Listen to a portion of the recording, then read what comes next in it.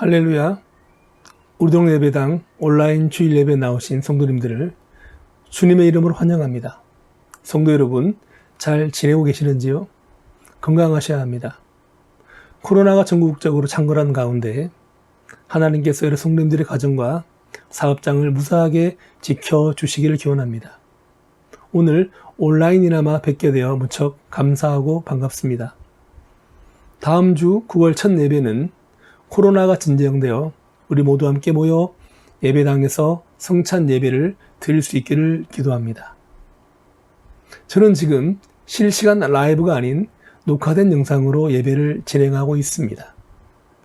영상을 진행하는 부분이 아직 미숙하여 안정성을 찾다 보니 실시간보다는 녹화를 선택하게 된 것에 대한 여러 성도님들의 많은 양해를 부탁드리겠습니다. 그럼 이 시간 우리를 지켜주시고 우리의 힘이 되신 여호와를 기대하고 찬양하며 예배 자리로 나아가겠습니다.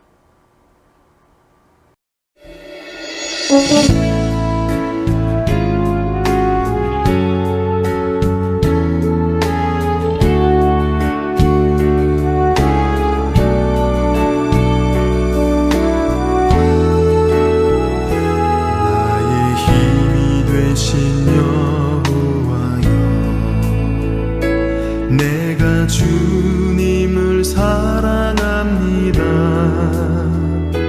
주는 나의 반석이시며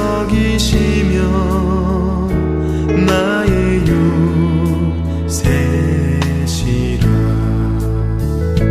주는 나를 건지시는 나의 주, 나의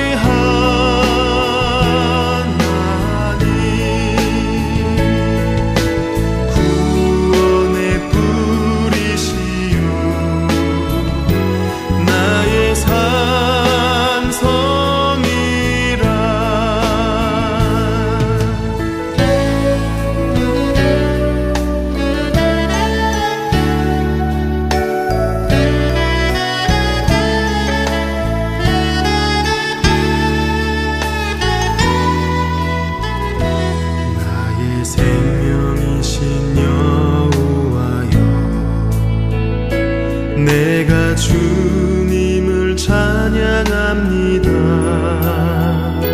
주는 나의 사랑이시며 나의 의지시라.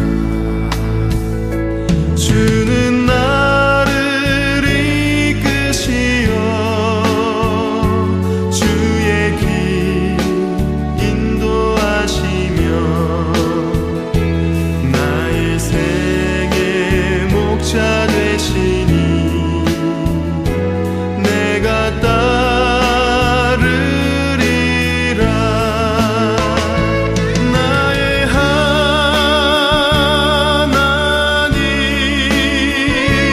나의 하나님,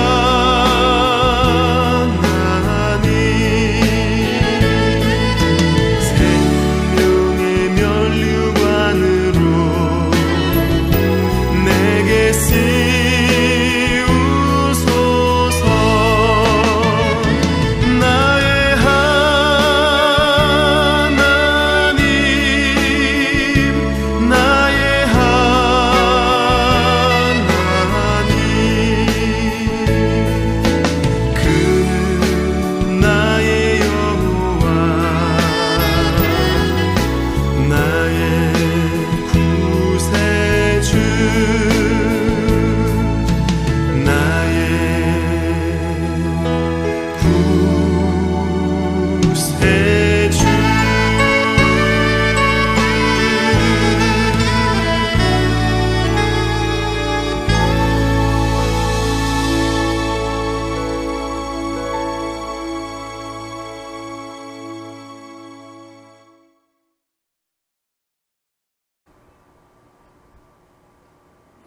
다 함께 묵도하심으로 2020년 8월 30일 주일 예배를 시작하겠습니다.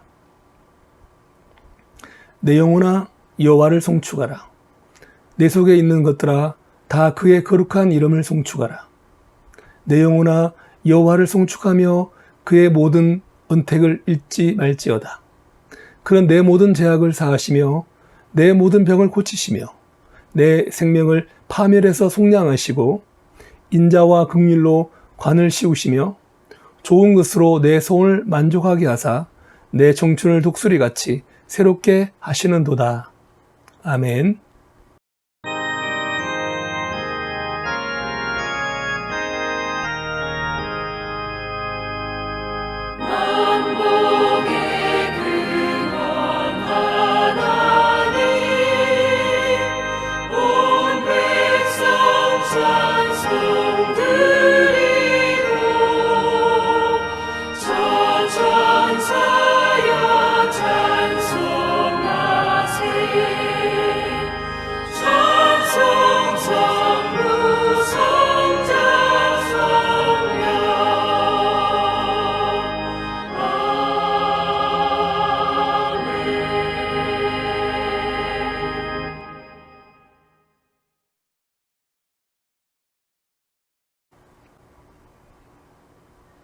사도신경으로 우리가 믿는 신앙을 고백하시겠습니다. 전능하사 천지를 만드신 하나님 아버지를 내가 믿사오며 그 외아들 우리 주 예수 그리스도를 믿사오니 이는 성령으로 잉태하사 동정녀 마리아에게 나시고 본디오 빌라도에게 고난을 받으사 십자가에 못 박혀 돌아가시고 장사한 지 사흘 만에 죽은 자 가운데서 다시 살아나시사 하늘에 오르사 전능하신 하나님 우편에 앉아 계시다가 저리어서 산자와 죽은 자를 심판하러 오시리라. 성령을 믿사오며 거룩한 공회와 성도가 서로 교통하는 것과 죄를 사하여 주시는 것과 몸이 다시 사는 것과 영원히 사는 것을 믿사옵나이다. 아멘.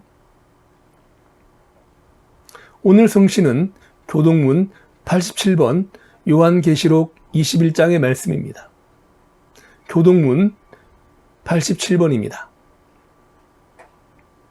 또 내가 새하늘과 새 땅을 보니 처음 하늘과 처음 땅이 없어졌고 바다도 다시 있지 않더라. 또 내가 보매 거룩한 성 새 예루살렘이 하나님께로부터 하늘에서 내려오니 그 준비한 것이 신부가 남편을 위하여 단장한 것 같더라.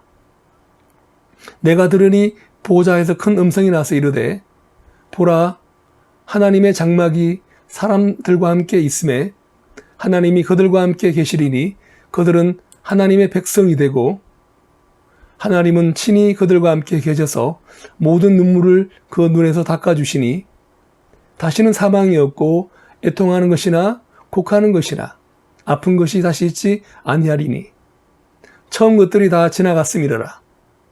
보좌에 앉으신 이가 이르시되 보라 내가 만물을 새롭게 하노라. 아멘.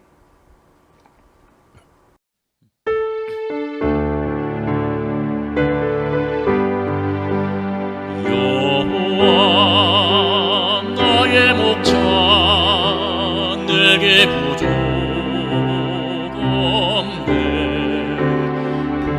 푸르른 초장 위에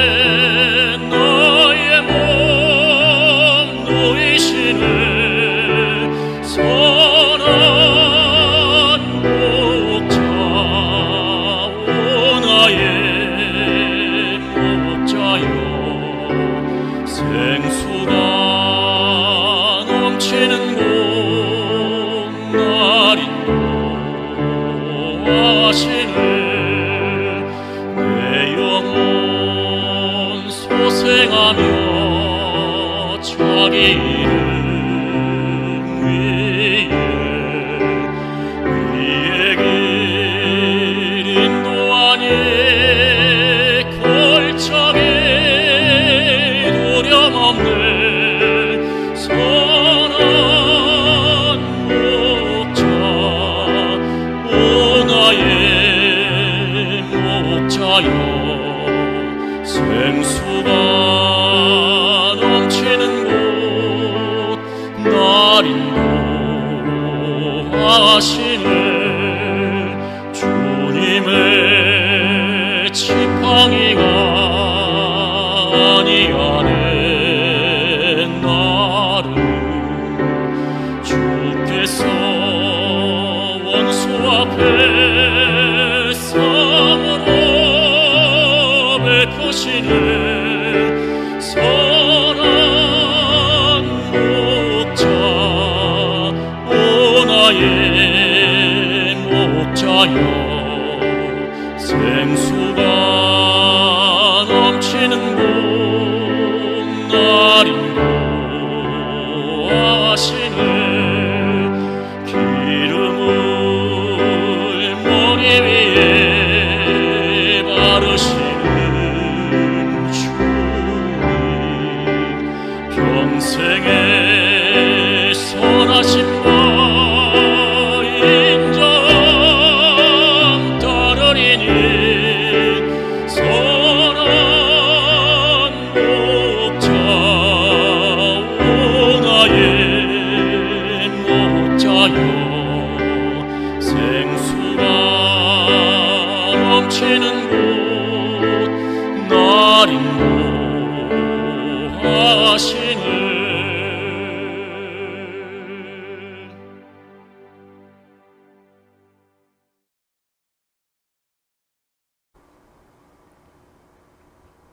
기도하시겠습니다. 우리의 선한 목자가 되신 하나님 아버지, 지난 한 주간 저희를 주님의 손으로 직접 붙들어 주시고 인도하여 주신 사랑과 은혜에 감사와 찬송을 드립니다. 주님께서 허락하신 귀한 예배 시간, 하늘의 신령한 은혜와 지혜를 사모하여 온라인에 접속하였으니 저희의 예배를 기뻐 받아주시고 주님의 영광이 이곳에 넘치나게 하옵소서. 흩어진 가운데 드리는 찬양으로 기쁨이 넘치게 하시고 우리의 기도가 응답되고 하나님을 만나는 귀한 예배가 되게 하옵소서. 지난 한 주간 십자가에서 베풀어 주신 주님의 사랑과 은혜를 기억하고 주신 말씀대로 살아가야 하지만 그렇게 하지 못한 저희의 부족함을 고백하오니 불쌍히 여겨 주옵소서. 우리의 부족하고 그릇된 마음과 성품을 다 버리고 새로운 마음을 갖게 하옵소서. 이 땅의 교회들이 코로나로 인하여 고통받고 있사오니 주여 속히 질병으로부터 벗어날 수 있도록 도와주시고 주의 몸된 교회들과 성도들을 보호하여 주시옵소서. 사랑의 주님, 우리 신앙 공동체를 더욱 말씀과 기도로 성령 충만함으로 우리를 매일 새롭게 되고 우리 모두가 하나님을 사랑하고 공동체를 사랑하며 서로 존중하며 섬기는 삶을 살게 하시고 우리 모두가 세상을 살리는 그리스도의 증인이 다 되게 하옵소서. 믿음으로 시련과 고통을 이겨내게 하시고 항상 주님을 앙망함으로 독수리처럼 새 힘을 얻게 하시고 주님의 보호하심과 허락하시는 평강이 우리 모두와 가정과 사업장과 공동체에 넘치게 하여 주옵소서.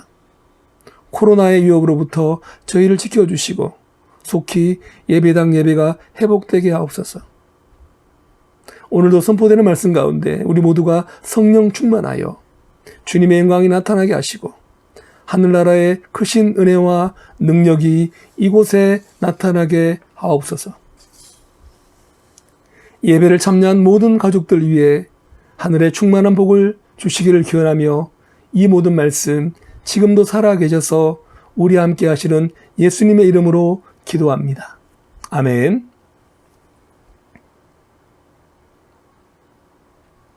다 함께 찬송가 28장 복의 근원 강림하사를 찬양하겠습니다. 찬송가 28장입니다.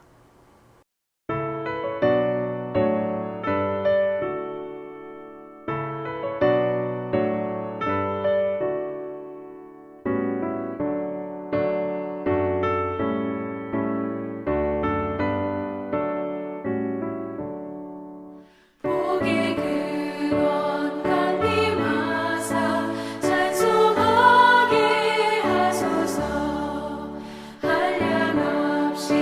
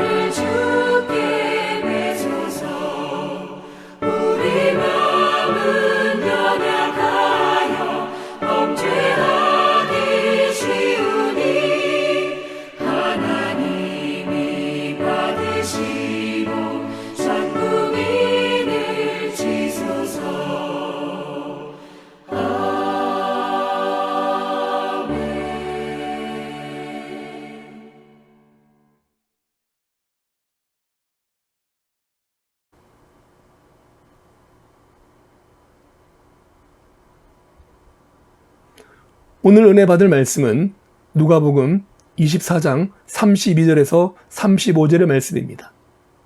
신약성경 누가복음 24장 32절에서 35절의 말씀입니다. 제가 봉독에 올리겠습니다. 그들이 서로 말하되 길에서 우리에게 말씀하시고 우리에게 성경을 풀어주실 때 우리 마음이 뜨겁지 아니하더냐 하고 곧 그때로 일어나 예루살렘에 돌아가 보니 11 제자 및 그들과 함께한 자들이 모여 있어 말하기를 주께서 과연 살아나시고 시몬에게 보이셨다는지라. 두 사람도 길에서 된 일과 예수께서 떡을 떼심으로 자기들에게 알려지신 것을 말하더라. 아멘. 오늘 저는 봉독한 말씀으로 마음이 뜨겁지 아니하더냐라는 제목으로 말씀을 상고하고 함께 은혜를 나누고자 합니다. 7전8개라는 말이 있습니다. 이 말은 온갖 우여곡절 속에서 마침내 바라던 목표에 도달하는 굳건한 신념과 도전에 관련하여 많이 쓰이는 말입니다. 오늘 본문에 나오는 엠마오로 가는 두 제자 이야기는 하나님의 신령하고 원대한 계획 앞에서 줄곧 넘어지기 쉬운 인생의 연약함을 일깨워주고 아울러 하나님의 주권적인 간섭과 이에 부응하는 믿음의 결단으로 말미암아 언제라도 새로운 삶을 시작하고 또한 그래야 한다는 사실을 교훈하고 있습니다. 사실 우리가 우리의 인생이나 신앙의 발자취를 뒤돌아보면 이렇다 하고 내세울 만한 성공 사례보다는 점철된 실패의 오점으로 얼룩져 있음을 발견합니다. 우리는 이러한 실패나 실수를 되새길 때마다 후회나 낙심보다는 우리를 사랑하시되 끝까지 사랑하시고 지금까지 신앙의 끈을 놓치지 않게 하신 하나님의 사랑과 은혜를 감사해야 합니다. 오늘 저는 본문의 말씀으로 엠마오로 가던 두 제자의 이야기를 통하여 우리들의 삶의 현 주소를 돌아보고 특별히 코로나로 인하여 어려움을 겪는 가운데 어떻게 해야 할지 고난 가운데 우리에게 베풀어 주시는 하나님의 은혜를 살펴보고자 합니다. 어두운 밤중에 급하게 예루살렘을 향하여 길을 떠나는 사람들이 있었습니다.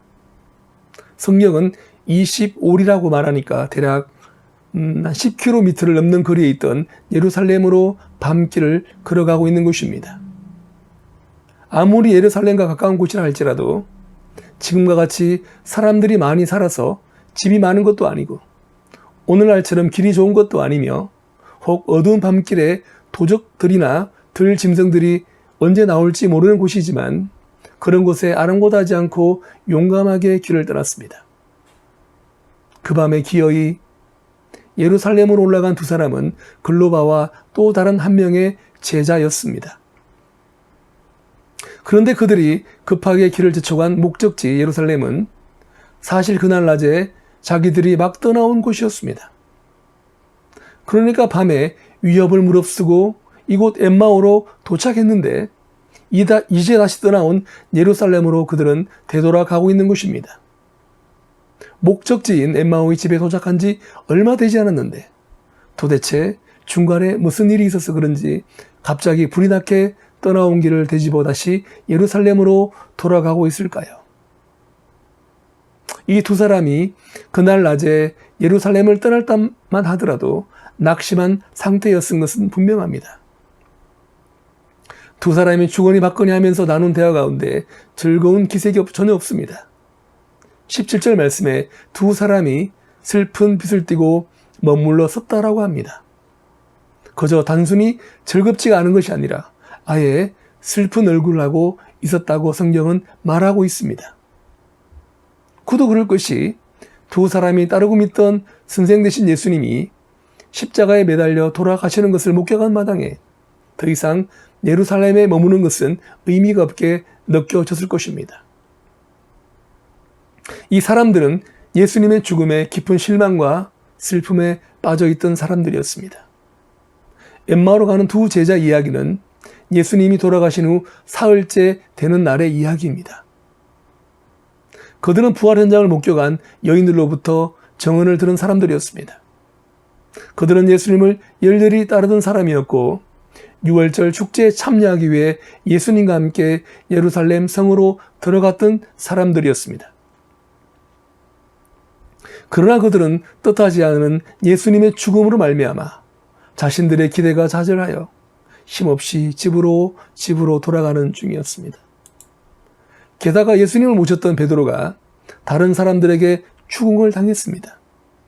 너도 예수님의 제자가 아니냐? 사람들은 베드로를 추궁했습니다. 베드로는 그들의 추궁에 아니라고 부인하고 도망 다니는 상황이었습니다. 이런 상황 가운데 그들은 예수님이 이미 십자가에 돌아가시고 수석제자 베드로가 부인하고 도망 다니는 상황 그 가운데 예루살렘에 머물고 싶은 마음은 전혀 없었을 것입니다. 자칫 잘못하면 자신들도 예수의 제자라고 공경에 처할 상황이었습니다. 그렇습니다. 몇 시간 전만 해도 이 두 사람은 예수님의 죽으심으로 인하여 절망 가운데 낙착을 했었습니다. 그들은 한때 예수님을 따라다닌다고 하면서 부푼 꿈을 꾸었을지도 모릅니다. 예수님이 로마 군인들을 다 물리치고 군사 일으켜 헤롯 왕을 내쫓으시는 그때가 오면 나도 한 자리 차지할 수 있다는 생각에 그들은 예수님을 쫓았는지도 모릅니다. 세상의 재리에 밝은 속물이나 정치적인 욕심이 있었던 사람이 아니라 할지라도 혼란한 세상 가운데 권위 있는 말씀을 가르치셨던 예수님을 따르는 것은 적어도 옳은 일을 하고 있는 것이라는 생각에 나름대로 나름 자부심을 갖고 예수님을 따랐을 것입니다. 그런데 그 모든 일이 물거품처럼 사라지고 나니 더 이상 예루살렘에 머물 이유가 없는 것입니다. 그래서 그들은 속히 예루살렘을 떠나 고향으로 돌아갑니다. 그들은 고향으로 돌아가서 원래 그들이 하던 일들을 다시 하려고 했는지도 모릅니다.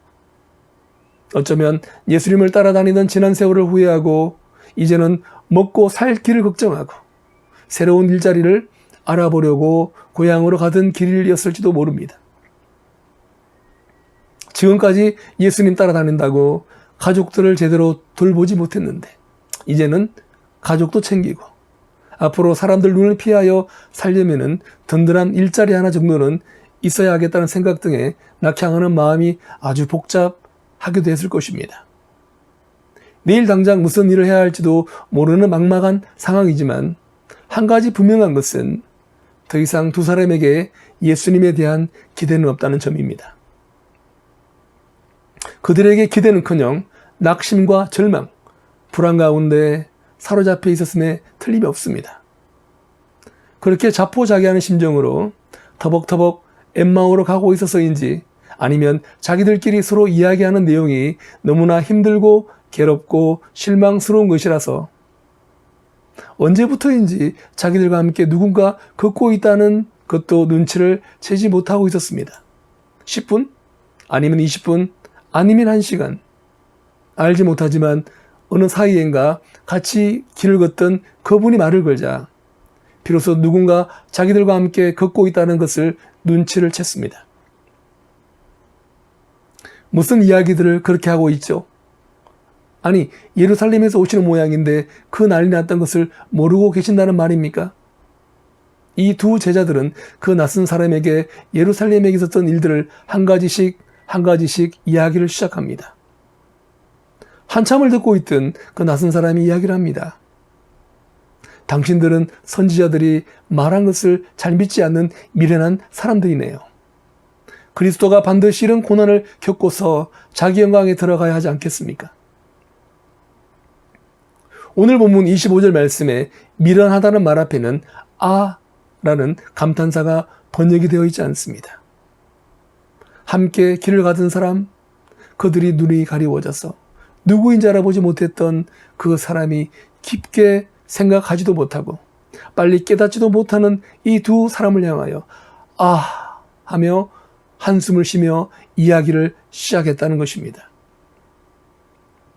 그렇게 긴 한숨과 함께 그 낯선 남자는 성경에 기록된 이야기며 자신에 관한 이야기를 계속 길을 가면서 자세하게 설명을 합니다. 이렇게 차근차근 제자들에게 설명하며 계속 길을 걷자 어느덧 목적지 엠마오에 도착했습니다. 그런데 말을 듣고 있던 이 두 사람의 마음에 무슨 일이 생겼습니까? 그들은 도저히 이 낯선 사람을, 이 남자를 그냥 보낼 수가 없었습니다. 이유는 모르겠지만 그냥 보내고 나면 굉장히 중요한 것, 꼭 내가 알아야 할 것에 대한 것을 듣지 못할 것처럼 마음이 타들어가는 그런 심정이었을 것입니다. 그래서 그 낯선 남자는 계속해서 자기의 길을 가려고 했는데 오히려 이번에는 이 두 사람이 그 남자를 붙잡습니다. 그리고 날도 어두워졌으니 집에서 머물고 가시라고 권합니다. 참 이상하지 않습니까? 낙심하고 실망한 사람들이 자기 집에 도착했으면 이제 과거를 잊고 내일 일이나 염려하며 잠자리에 들면 그만일 텐데 길에서 만난 사람에게 먼저 구하지도 않는 이러한 친절을 베풀고 있습니다. 계속 자기 길을 가려고 하는 사람을 강권했다고 합니다. 이런 이유가 무엇이겠습니까? 그것은 마음을 끄는 무엇인가를 발견했기 때문입니다. 정확하게는 알 수는 없지만 마음의 희망을 부르는 무엇인가를 발견했기 때문입니다. 그것은 무엇입니까? 자기들이 들은 소식 때문일까요? 아닙니다. 참으로 이상한 점은 이 두 제자가 들은 가장 최신의 소식이 그들의 마음속에 전혀 희망을 불러일으키지 못했다는 점입니다. 이 두 제자가 가장 최근에 들은 소식은 예수님이 십자가에 달려 돌아가신 소식이 아닙니다. 베드로가 모닥불 옆에 앉아 있다가 너도 예수 한 패 아니냐 하는 소식을 들은 것도 아닙니다. 이 두 사람이 들은 가장 최근의 소식은 예수님이 다시 살아나셨다는 이야기입니다. 분명히 고향 엠마오로 낙항하기 직전에 그 소식을 들었습니다. 그들이 들은 소식이 무엇인지 본문 22절과 24절의 말씀에 기록되어 있습니다.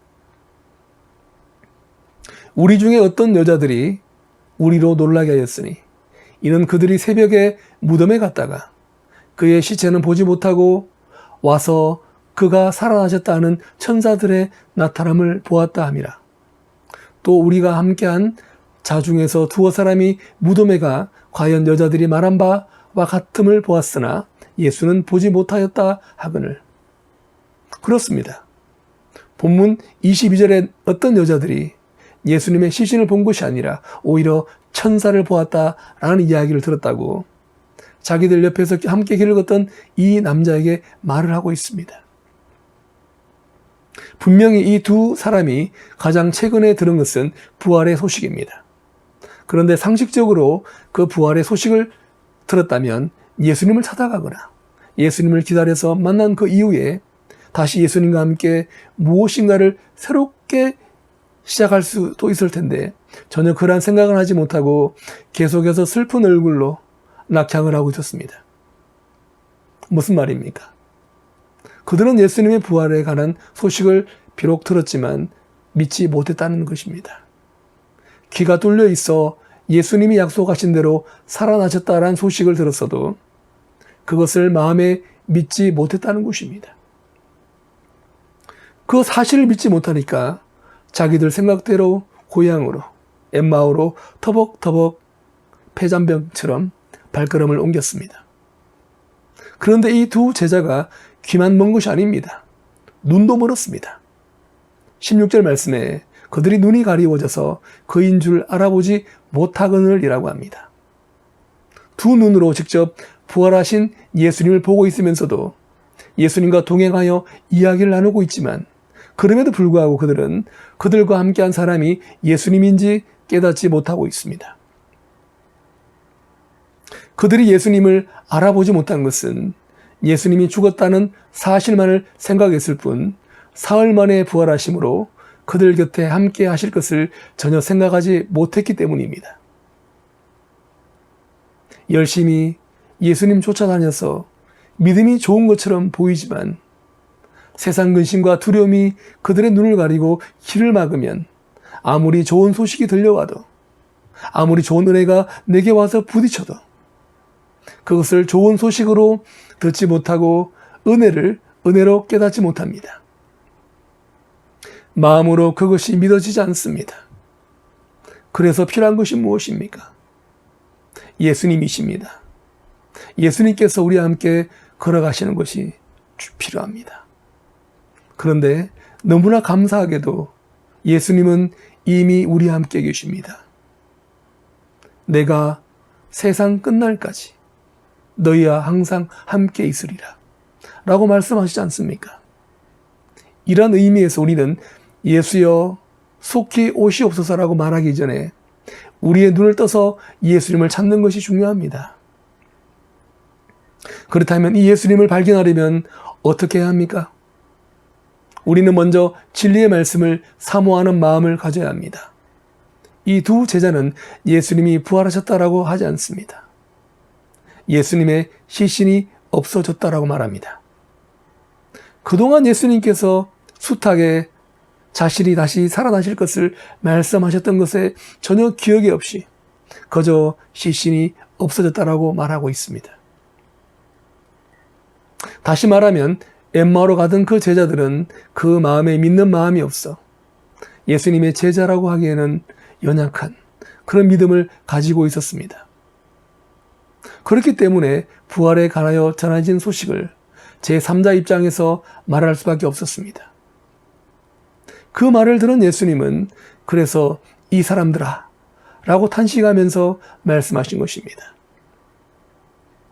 그런데 이 제자들에게 그래도 소망이 있는 것은 비록 믿음은 연약하고 굳건하지 못하지만 그들의 마음에는 말씀을 사모하는 마음이 있었다는 것입니다. 그들은 함께 동행했던 예수님을 알아보지 못했지만 말씀을 사모하는 마음이 있었습니다. 예수님께서 모든 선지자의 글로 시작하여 모든 성경에 쓴 바 자기에 관한 것을 자세히 설명하셨다라고 하는데 그 내용이 결코 적은 내용은 아닐 것입니다. 그들은 그들의 동행자로부터 제법 오랜 시간을 말씀을 들었습니다. 그런데 사람이 마음이 상하고 육신이 피곤하고 힘들면 다른 사람의 이야기가 귀에 잘 안 들어옵니다. 들어도 그냥 네, 알겠습니다. 상투적으로 대답합니다. 들어도 그 이야기가 제대로 전달되지 못합니다. 그러나 낙심하고 피곤한 가운데 길을 걷고 있지만 그들은 예수님이 하신 말씀을 귀 기울여 들었습니다. 그리고 그들이 가고자 했던 장소에 거의 도달했을 때 자기들보다 더 먼 길을 가려고 하시는 예수님 붙들고 함께 유하기를 강권합니다. 강권한다는 말은 절박한 간청을 의미합니다. 강권한다는 말은 그들의 제안에 대한 사양도 있는 것입니다. 그들의 요청과 예수님의 거절 가운데 그들은 예수님을 간절히 붙잡고 예수님이 그들과 함께 머물기를 청했습니다. 그들이 함께 길을 걸어오면서 나눈 이야기 속에는 어떤 감명이 있었고 동행하는 그 사람이 누구인지는 알지 못하지만 존경하는 마음까지 생겨났음이 틀림없습니다. 그들은 예수님과 함께 유하며 더 많은 가르침을 듣고자 하여 예수님을 강권한 것입니다. 엠마오로 가는 그 제자들은 비록 한 번에 알아듣는 그런 점은 부족했지만 그 마음의 중심에는 진리가 무엇이냐? 과연 나를 살리는 것이 무엇이냐? 참으로 내가 지켜야 하는 것이 무엇일까? 하는 갈망이 마음속에 있었습니다. 그 마음이 있었으니까 길을 가다가 비록 눈이 가리워져서 예수님인지는 알아보지 못했지만 이야기를 나눈 그분에게 자신들이 예수님을 쫓았다고 당당하게 이야기를 했고 그래서 그분이 진리의 말씀을 전하니까 또 그것이 귀한 말씀인 줄 알고 따랐던 것입니다. 우리 인생 가운데 인생길 걸어갈 때 우리가 누군가와 함께 걸어갈 때 필요한 것은 진리를 사모하는 마음입니다. 그런 마음을 가지고 있으면 진리 대신 예수님이 떠나시지 않고 우리의 목적지까지 동행하십니다. 이렇게 말씀에 대한 열정이 있을 때 예수님은 동행하여 주실 뿐 아니라 말씀까지 전해 주셨습니다. 예수님이 직접 성경, 즉 구약의 말씀을 풀어서 전해 주시고 스스로를 증거하셨습니다. 이 말씀이 선포될 때 비록 길에서 걸어가면서 들었음에도 불구하고 그들 마음에는 절망이 그치고 다 죽어가던 마음속에 거룩함과 진리에 대한 열정이 두근두근하면서 다시 살아나는 것을 볼 수 있습니다. 엠마오로 가는 그 길, 실패와 절망으로 힘들고 외로워서 서로 아픈 기억을 주거니 받거니 이야기하면서 갈 때 그 아픔을 치료해 주신 동반자는 예수님이셨습니다. 오늘 본문에서 그 예수님을 가정의 손님으로 초대하자 무슨 일이 일어납니까? 예수님이 떡을 가지고 하늘을 향하여 하나님께 축사하시고 음식을 나눠주셨습니다. 원래 집의 주인은 글로바입니다. 그런데 그 가정에 예수님이 초대되자 가정의 주인이 글로바에서 예수님으로 바뀌었습니다. 그리고 그의 눈이 밝아지는 역사가 일어났습니다. 눈이 밝아져서 예수님을 만났음을 알게 되었습니다. 이제 그들은 절망을 피하려고 찾아온 엠마오에 머물지 않고 희망을 가지고 예루살렘으로 그 밤에 바로 떠나게 되었습니다. 33절 말씀에 곧 그때로 일어나 예루살렘에 돌아가 보니라고 합니다. 부활하신 예수님 만났다는 놀라운 체험을 한 바로 그 순간 뜨겁게 타오르는 마음이 그들을 그냥 두지 않습니다. 그들은 예수님 만났다는 사실을 깨닫는 바로 그 시각에 그 자리를 박차고 그 밤길에 예루살렘으로 달려갔습니다. 무엇을 할지 몰라서 그저 터벅터벅 걸어왔던 실패의 길을 멈추고 새로운 희망의 길을 갈 수 있도록 예수님이 마음에 확신과 굳은 마음을 심어주셨습니다. 이 모든 것이 예수님을 가정에 초대했을 때 일어났습니다. 오늘 우리에게도 필요한 것이 무엇입니까?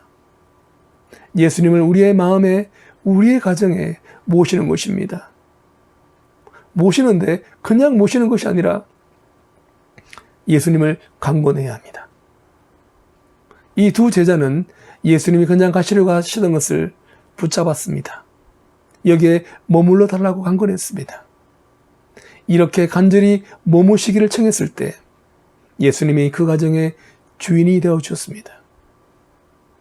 새로운 희망을 되살리시고 예수님이 혼인이 떠나시고 난 이후 이들의 반응은 무엇입니까? 길에서 우리에게 말씀하시고 우리에게 성경을 풀어주실 때 우리 속에서 마음이 뜨겁지 아니하더냐, 마음이 뜨겁지 아니하더냐, 그렇게 서로 이야기합니다. 그 뜨거운 마음 때문에 자리에 앉아 있을 수가 없습니다. 우리가 무슨 행동을 할 때 항상 이 뜨거운 마음을 따라 무엇을 하게 됩니다. 그런데 무엇 때문에 우리의 마음이 뜨거워지냐에 따라 우리가 하는 행동은 천장지차로 달라집니다. 어떤 사람은 재물을 보면 마음이 뜨거워질 것입니다. 어떤 사람은 명품 가방이나 명품 옷에 마음이 뜨거워집니다. 어떤 사람은 멋진 자동차를 보면 악셀을 풀 악셀로 밟고 싶은 상상을 하면 마음이 뜨거워진다고 합니다. 그런데 그런 잡다한 욕망 때문에 마음이 뜨거워지는 것은 그야말로 잠깐 우리의 마음을 끄는 것에 불과합니다. 그래서 오늘 본문의 마음이 뜨거워지는 것과는 차이가 있습니다. 이 두 사람이 예수님 만났을 때 잠깐 마음이 뜨거웠던 것은 아닙니다. 예수님 말씀하실 때에도 마음이 뜨거워졌다고 합니다. 그리고 성경을 풀어주실 때도 마음이 뜨거웠다고 합니다. 조금 전까지만 함께 하셨을 때 그 순간에도 계속 마음이 뜨거웠습니다. 바로 온 마음을 사로잡을 정도로 감동이 되어 마음이 뜨거워진 것을 말합니다. 반대로 우리 육신을 만족시키는 감동은 내 스스로가 만들어내는 감정입니다. 내가 눈으로 보아 좋아하는 것이고 내가 손으로 움직여 좋아하는 것이고 내가 즐겨서 즐거운 것입니다. 그런데 오늘 본문의 원 단어들은 안에서 만들어진 것이 아니라 밖에서 주어진 것들입니다. 이 두 사람이 느꼈던 뜨거움은 그들 밖에서 연유했습니다. 바로 하나님 주신 뜨거움을 받아들인 것입니다. 이제 말씀 맺겠습니다. 주 안의 사랑하는 성도 여러분, 날이 갈수록 사람들은 희망을 잃어갑니다. 특별히 코로나의 시대에 무거운 마음으로 정처 없이 떠도는 사람들도 늘어만 가는 듯합니다.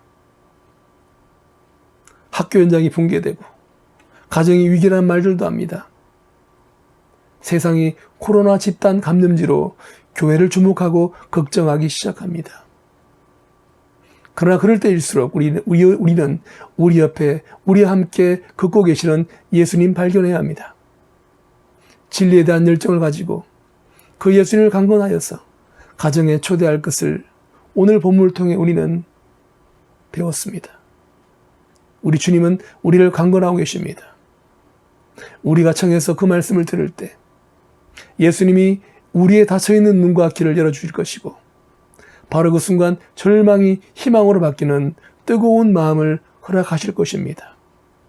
말씀이 우리의 가정과 여러분의 사업장을 방문케 하십시오.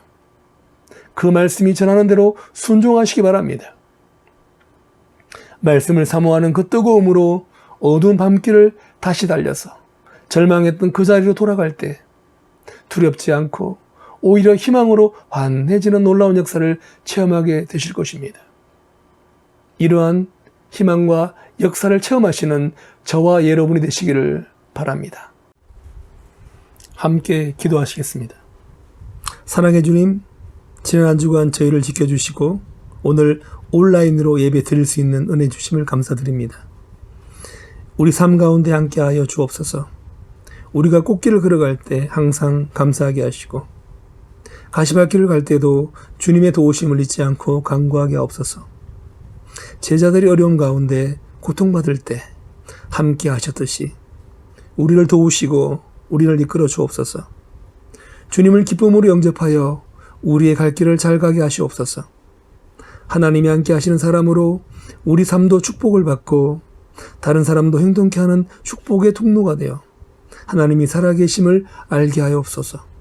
우리를 통하여, 우리 가정을 통하여, 우리 교회를 통하여 다른 사람에게도 하나님의 사랑과 축복을 나누게 하옵소서. 오늘 허락하신 하나님의 말씀을 믿고 그 말씀이 주시는 축복을 믿지 않는 이웃에게 전할 수 있게 하여 주시고 저희 교회를 향하신 하나님의 크신 비전을 위하여 열심히 저희가 사명을 감당케 하시옵소서. 저희 교회가 하나님 나라 확장에 소중히 사용될 수 있도록 성령 하나님 인도해 주옵소서. 이 모든 말씀 우리 주 예수 그리스도 이름으로 기도합니다. 아멘. 찬송하시겠습니다. 찬송가 301장입니다. 301장 지금까지 지내온 것 찬양하시겠습니다.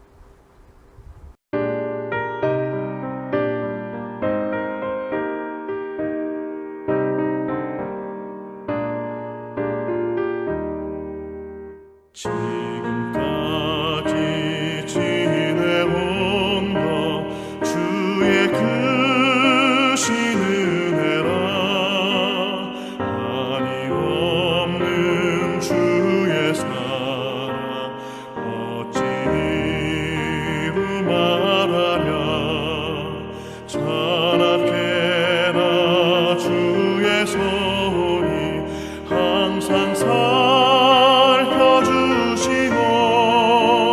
모든 일을 주 안에서 형통하게 하시네.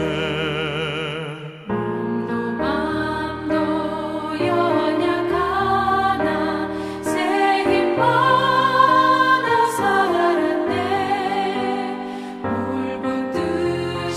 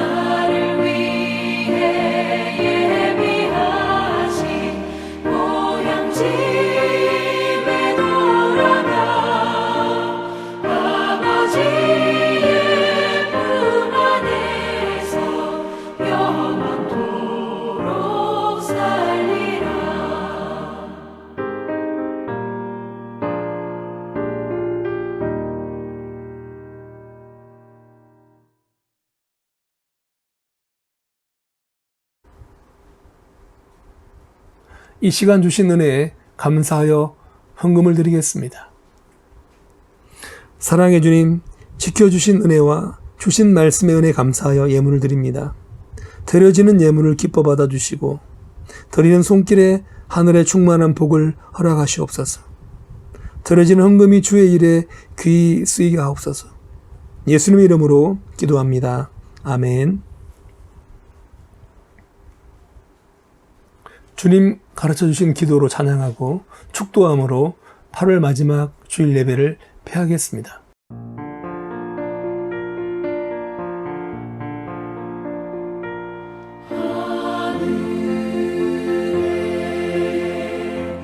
크신 아버지 이름 거룩하사 주님 나라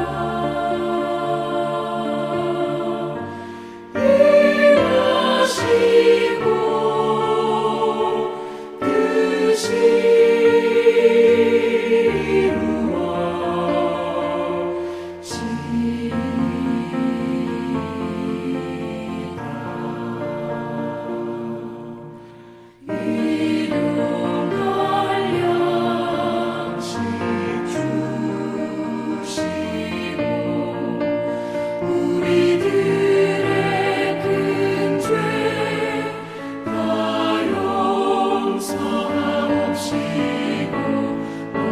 시험을 들게 마시고 악에서 구원하소서.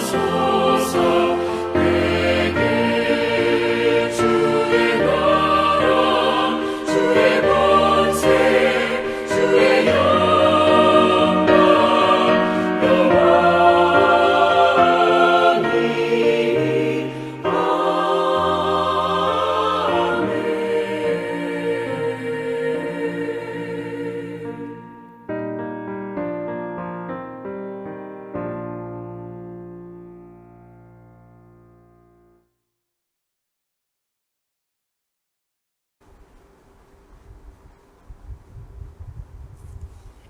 이제는 우리 주 예수 그리스도의 무한하신 은혜와 아버지 하나님 영원하신 사랑과 성령 하나님 내주 교통 감화 감동하심이 오늘 예배 자리에 나온 우리 성도님들과 그 가정과 사업장과 우리 교회 위에 영원토록 함께 있을지어다. 아멘.